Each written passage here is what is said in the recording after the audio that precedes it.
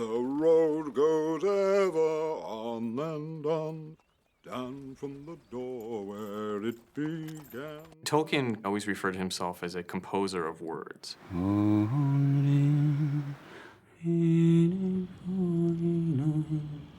is she? This woman you sing of. I always think he uses songs as a third voice. You have dialogue. Yes, it is elves, said Frodo. Wood elves.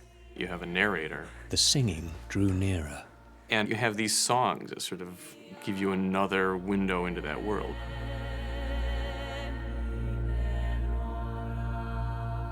And what we're seeing in The Lord of the Rings and The Hobbit is that music and songs are infused throughout. To heal my heart and drown my woe, rain may fall and wind may blow, but there still be many miles to go.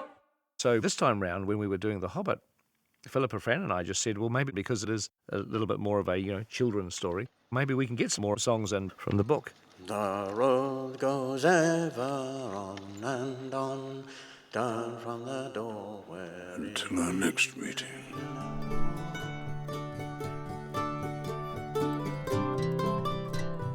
When we were writing the scripts, we had a sense that we probably wanted to use some of those great songs that are in there. And it becomes hard to imagine telling the scene of 13 dwarfs squashed into Bilbo's little dining room without doing Blunt the Knives. And he says, did you hear that, lads? He just says, we'll blunt the knives. Tolkien is showing you your first glimpse of dwarvish culture, and he's also showing you how well they work as a unit. Off they went, not waiting for trays, balancing columns of plates, each with a bottle on the top with one hand, while the Hobbit ran after them, almost squeaking with fright. Please be careful and please don't trouble, I can manage. But the dwarves only started to sing. Blunt the knives and bend the forks. Smash the bottles and burn the corks. And they start literally frisbeeing plates down the corridor, and they're sort of really taking the mick out of Bilbo, and they start to wind him up a bit. That's what Bilbo Baggins hates! But in the end, Tolkien uses this song to show that they know how to be civilized. Bilbo notices that even though they made a huge mess, they cleaned up the place. To come up with the music for Blunt the Knives, we turned to Steve Gallagher, who's one of our music editors, but is also a wonderful composer himself. Their instructions were that it was to be a rambunctious, almost like a pub sing-along. Send them down the hole to roll! One of the things that Fran suggested to me when I started writing Blunt the Knives was that I should definitely pay respect to Tolkien's words.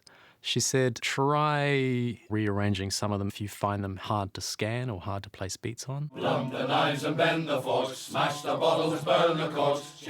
In the first verse here, Tolkien started with chip the glasses and crack the plates, blunt the knives and bend the forks. That's what Bilbo Baggins hates. Smash the bottles and burn the corks. We just swapped the two lines around so they read, blunt the knives and bend the forks, smash the bottles and burn the corks, chip the glasses and crack the plates. That's what Bilbo Baggins hates. We left that in as the unison cry of the dwarfs taunting him. That's what Bilbo Baggins hates! Initially in the Blunt the Knives demo, there was an instrumental part. In the book, each of the dwarves, when they enter Bilbo's house, have an instrument. So it shows you that the dwarves are very musical people. In the film version, we only have two. And at the time I thought, well, I'll have to hire some musicians to play this. And Fran pulled me aside and said, you should ask Jimmy Nesbitt to play the tin flute solo. And Jimmy sort of thought for a minute and he said, well, I'm not very good. I'll bring my flute in and we'll try it out. Oh, send them down the hole to roll!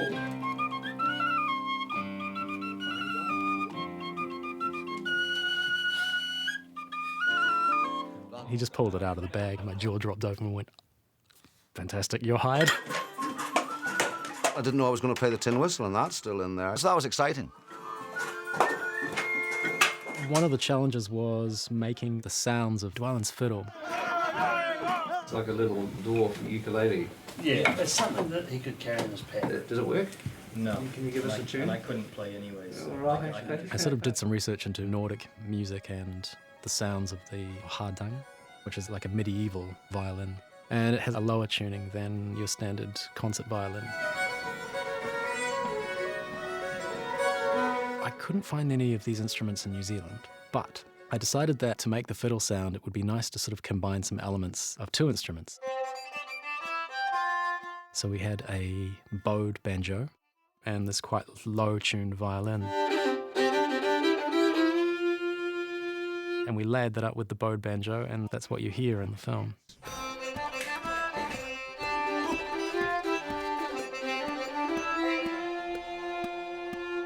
Splash the wine on every door. It's almost like a music video, actually, this routine. And roll.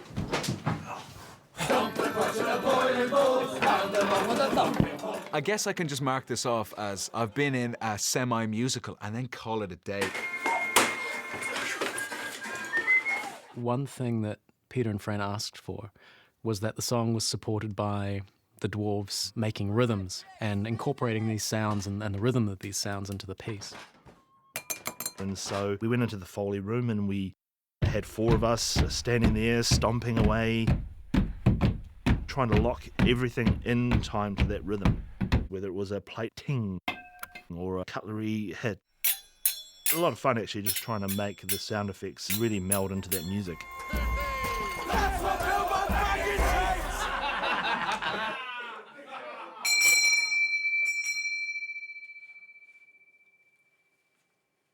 He's here.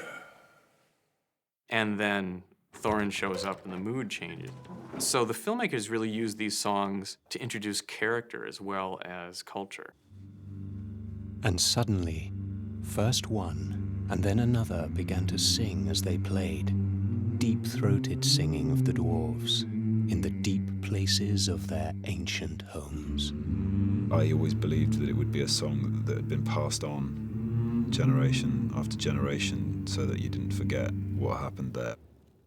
Far over the misty mountains cold. I think the Misty Mountain song is their history encapsulated. When I first heard it, I immediately brought to my mind, these are medieval Icelandic dwarves. The dwarves that Tolkien had in his mind that influenced him early on in his career. In fact, the names of the dwarves Tolkien took directly from the Poetic Edda, which is a group of medieval Norse sagas. I mean, we cut a little bit of later and the dwarves are gathered staring at the fire and Thorin begins to sing in a low voice. Far over the misty mountains cold, to dungeons deep and caverns old, we must away ere break of day to find our long-forgotten gold.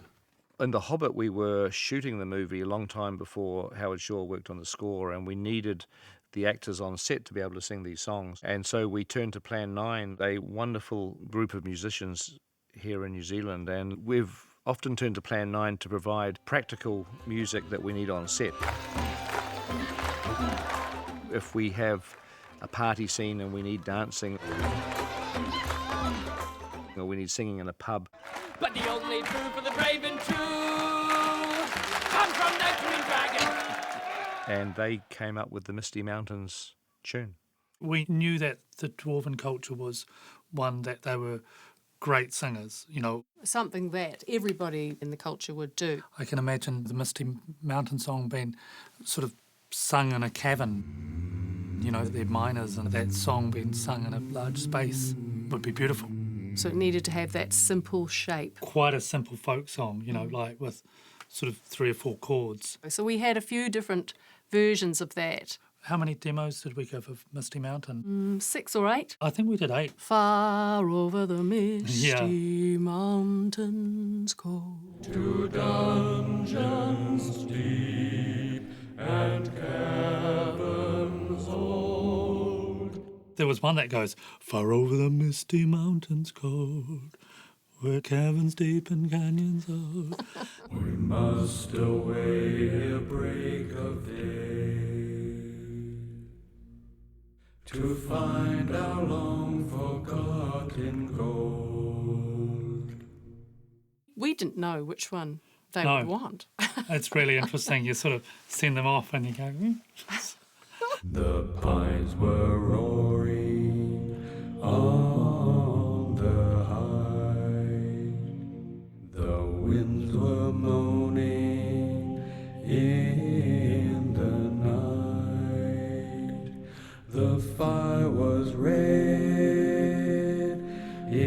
flaming spread, the trees like torches blazed with light. I think what David Long and Plan 9 did with the Misty Mountain song is they combined the two tones that Howard Shore in The Lord of the Rings set out as the paradigms of dwarvish culture, musically speaking. You have the sound of these very minor, regretful harmonies in parts of Dwarrowdelf. And you have the male voices, which were associated with Moria. Chorus is the dwarf chorus, and they're singing in this ancient dwarvish language.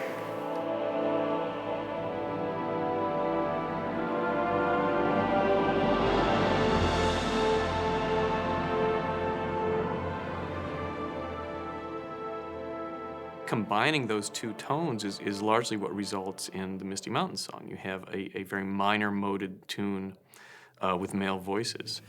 To find our long forgotten gold. We were doing Richard Armitage's audition, and he was just about to leave, and I was looking down at some of my notes, and I suddenly thought, oh, yeah, of course, Misty Mountains. And I said to him, can you sing? And he sort of went, well, yeah, which was really funny, because that boy, can that guy sing? Far over the misty mountains cold. Far over.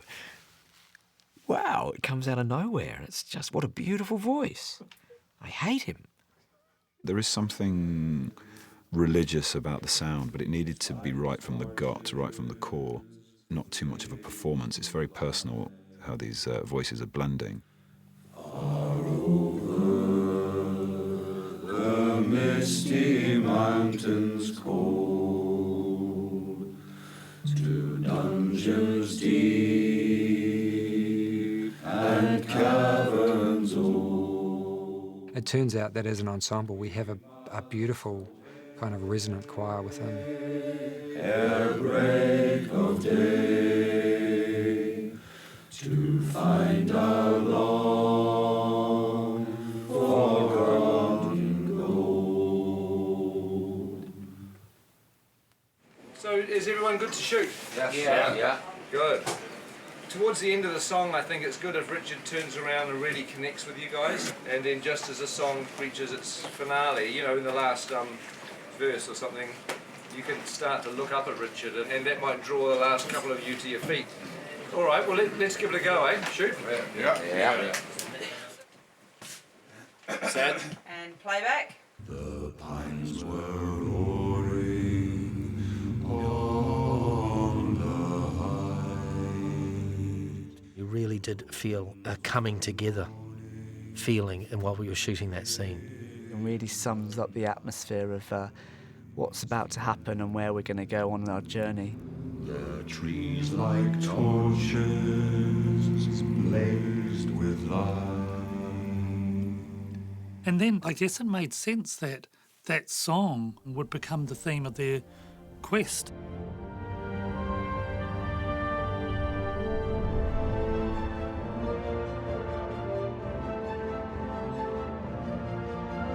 You actually get a lot of the Misty Mountain song in Howard Shore's score to the film.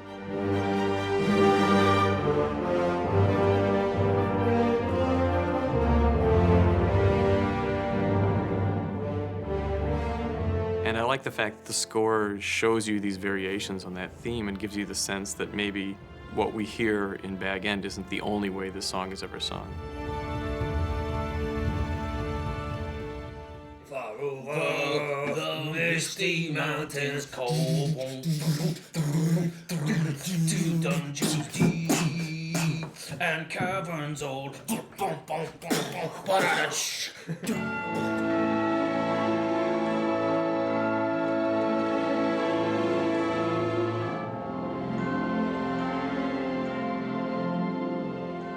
In those days of our tale, there were still some people who had both elves and heroes of the north for ancestors, and Elrond, the master of the house, was their chief. I wish I had time to tell you even a few of the tales or one or two of the songs that they heard in that house. Change the tune, why don't you? I feel like I'm at a funeral. Bopha's song at Rivendell is there for a purpose in the story. There's an there's a merry old inn beneath an old grey hill. We wanted something that was an opportunity for the dwarves to really thumb their nose at the elves, you know, to be disrespectful. And having one of the dwarves jump up on the sacred plinth, which is the same plinth that the One Ring is put on later on in the Lord of the Rings, and start singing a pub song. The man in the moon himself came down one night and drank his fill. We just thought that's a great, device to show how the dwarves don't really have any respect whatsoever for the elves. So we then thought, okay, what can he sing? And it was a bit naughty of us. What we ended up doing was taking a song that Frodo sings when he's in the Prancing Pony. And we never got to use it in the Lord of the Rings. For a moment, Frodo stood gaping. Then, in desperation, he began a ridiculous song that Bilbo had been rather fond of, and indeed rather proud of, for he had made up the words himself. Tolkien was very interested in how songs and stories survived and how they might have been in previous cultures. So The Man in the Moon is Tolkien's prehistory of the Hey Diddle Diddle nursery rhyme. So the cat on the fiddle played hey diddle diddle, a jig that'll wake the dead. It gives you a sense that maybe there's a link between modern-day real world and the history of Middle-earth. It's interesting that in this particular version of The Hobbit, we have Bofur, the dwarf, singing it on a table similar to Frodo in The Lord of the Rings. Now purring low, now sawing in the middle. So either Bilbo learnt it off Bofur, or Bilbo had written it on the journey to Rivendell and taught it to Bofur. You decide. So you're going to be chorus master? Well, yeah, I mean, it's good because he knows the words really well. Jimmy came up with that tune himself. He did it all himself. Fran invited Jimmy to come over to our house and to work up a tune. So anyway, I went home and I thought, what the hell am I going to do? I'm not a songwriter, But I showed it to Peggy, my eldest, and I said, I think it's kind of like a drinking type song, She looked at the words and she said, you should have a kind of a beat in your head. And then it sort of came together. I just sort of looked at it and went, there's an inn, there's a merry old inn. Beneath an old grey hill. Then that naturally goes, and there they brew a beer so brown. The man in the moon himself came down one night to drink his fill. I always remember having to play it to Peter on a Sunday afternoon. And we went into Peter's bedroom where he was drinking tea, watching rugby, whilst reading The Economist. There you have Peter Jackson. What makes a good pub song is something that people can join in with. The man in the moon himself came down one night to drink his fill. And there they brew a beer so brown. Beneath the old grey hill. They're totally out of tune. It's not even close to the tune. It's just rubbish. The landlord should come man in the moon. It's after 3, he said. I think it'd be great if Dwalin just yelled the whole thing. So the cat You're smart like a gypsy cat. They sort of just let you go with things. That's what I mean. That's what's weird about it. This massive, thing. But also they'll say, oh yeah, you can write that song. Or if you come up with a tune, we'll record it. They all That's music.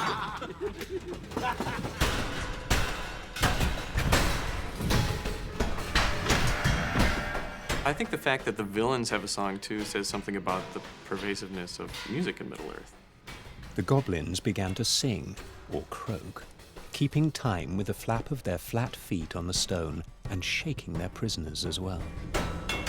The Down Down in Goblin-town song really gives you right away a peek into the identity of this people. And so we hear that the goblins like to crack and snap bones. In the book, you hear it before you meet the Great Goblin. In the film, it's really the Great Goblin introducing himself. I feel a song coming on. I'm very happy to say that my character has a song in this movie. Pound, pound,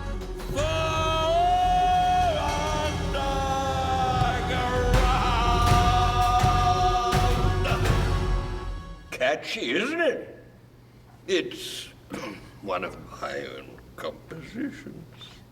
It's a hate-filled number, which I think children will enjoy and senior citizens will appreciate. Clap, snap, the black crack, grip. It's entirely about destruction, death, and torture. But I try to do it in a sympathetic way.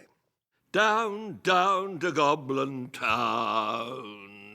Down, down, down, Goblin-town was the catchphrase. It's a great line and really lended itself quite well to sort of musical adaptation. They did play a recording of the composers singing it.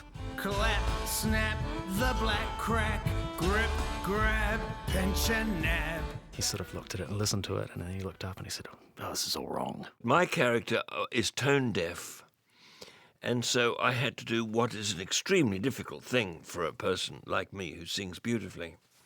I had to sing it badly. Pound, pound, far underground. He basically went through the lines and just said, well, I don't think the Goblin King would sing it like that. I think he'd sing it like this. And he was right. Flatterer. The song is kind of reversed engineered in a sense. His performance was the starting point. Yeah! And we based all of the instrumentation and all harmony around his performance. It's metal. It dings. It shall be Goblin. Sound designer Dave Whitehead and I set up a percussion orchestra in the ADR room at Park Road Post. Peter said that the goblins were scavengers and that they would gather bits and pieces from the world above. They're taking this junk that maybe other cultures would throw away and they're using it for actual useful and, in this case, musical ends. Some of the things we recorded were actually unlistenable. They were so sort of abrasive.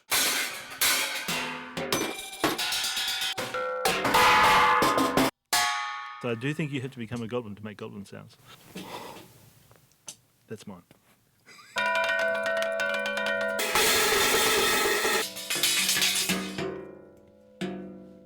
So once we got the percussion to a really good shape, we actually played it to Peter, and he said that he would like to have horns.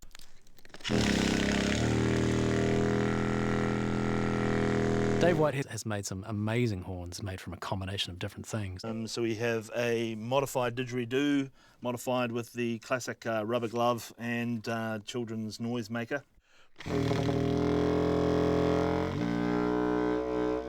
When we work on a film, we have to look at the space that the scene is set in. The Goblin-town is in a huge cave, and obviously the set wasn't a huge cave, and so we had a team go up to Waitomo Caves, which is in the middle of the North Island. You know, it's the classic dripping cave with the stalactites and stalagmites. 4 of the crew went up there to record what we call impulse responses of the cave. A sound that goes from low up to high. This is pretty much taking like a sound photograph of echoes and reverbs of a room. And so then we can take this sound photograph, put it in our software, have Barry Humphries sing, and it sounds like he is singing in Waitomo Caves. Down, down, down in Goblin-town. Down, down, down in Goblin-town.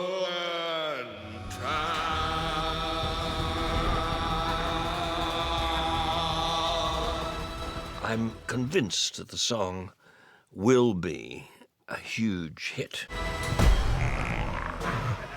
It could even go platinum.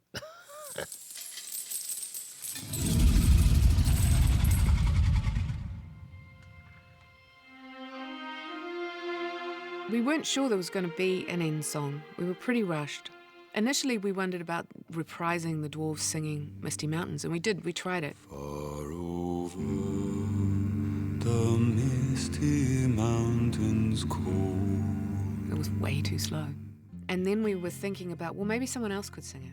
And Fran and I were in my car. The radio was on, and Neil Finn was singing. Fran was like, well, he could do it. And then I said, he really could. Do you think he would? So I actually rang him. He was in England. I got a call only a matter of 2 weeks ago, and now I'm working on some music which will occupy a place at the end of the movie.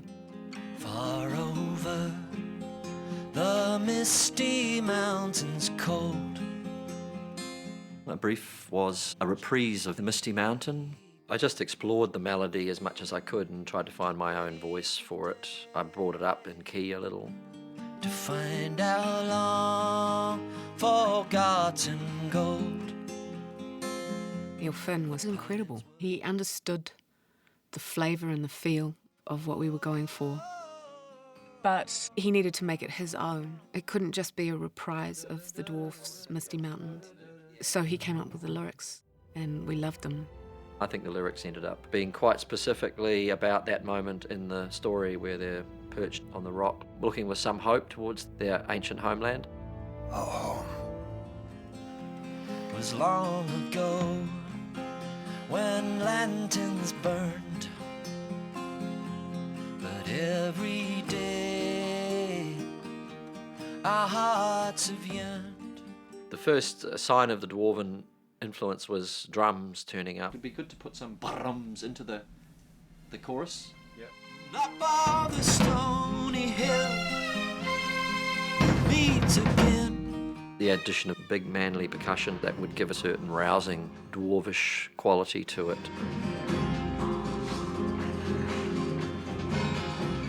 Anvil was just obvious. They're mining folk, those dwarves. Within Erebor there would have been the sound of mighty anvils being struck. God bless the anvil. 3, 2, 1.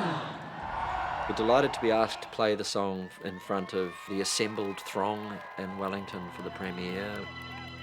This is for Peter, Fran and Philippa. Thank you. I think it had great heart and great spirit on the day. Far over the misty mountains rise, leave us standing upon the height. What was before we'll see once more. Is our kingdom a distant light? It was an epic day. People from all over the world who were just nuts for Middle-earth. So many people turned out. It was such an amazing experience, surrounded by the people that you worked with for the last 3 years. We'll be there soon. I actually never thought that we would ever be lucky enough to get to work in Middle-earth again. You know, I don't even think this is the end. I can't imagine that there won't be another thing that we all come back to do. We'll find us, we'll know the truth. What a journey. Let me do it again. Can we start again now? I think I will miss the camaraderie the most, coming onto set every day and seeing your colleagues. I think that's a measure of what this experience has been like for people. You can have truly life-changing moments while you're here for that amount of time. This is absolutely unbelievable, everybody that's come to help us celebrate this film. You know, The Lord of the Rings was such a great experience, and now we've been able to take The Hobbit, and it seems like fate's meant for us to be here. How long